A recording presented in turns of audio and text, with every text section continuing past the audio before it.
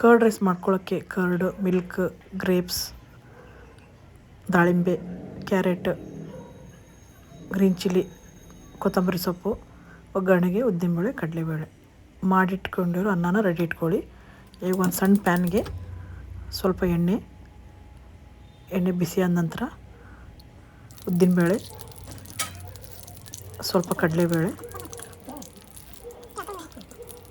Cashews, ಗೋಡಂಬಿ ಸ್ವಲ್ಪ ಹಾಕಿ ಕೈ ಆಡಿಸಿ ಸ್ವಲ್ಪ ಫ್ರೈ ಆದಮೇಲೆ ಸ್ವಲ್ಪ ಇಂಗು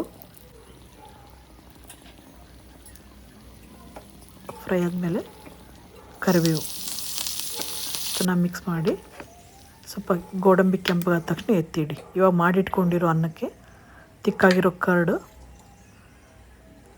green chillies according to your taste, ಕೊತ್ತಂಬರಿ ಸೊಪ್ಪು,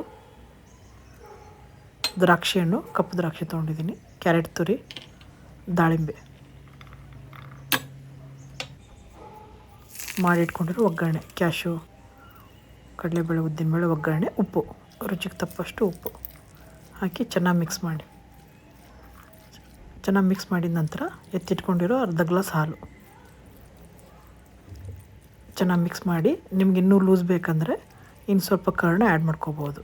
ನಾನು ಇನ್ನೊಂದು ಸ್ವಲ್ಪ ಕರ್ಡ್ ಆ್ಯಡ್ ಮಾಡಿಕೊಂಡೆ. ಕನ್ಸಿಸ್ಟೆನ್ಸಿ ನಿಮ್ಗೆ ಥಿಕ್ನೆಸ್ ಎಷ್ಟು ಬೇಕು ಅಷ್ಟು ಹಾಕೋಬೋದು.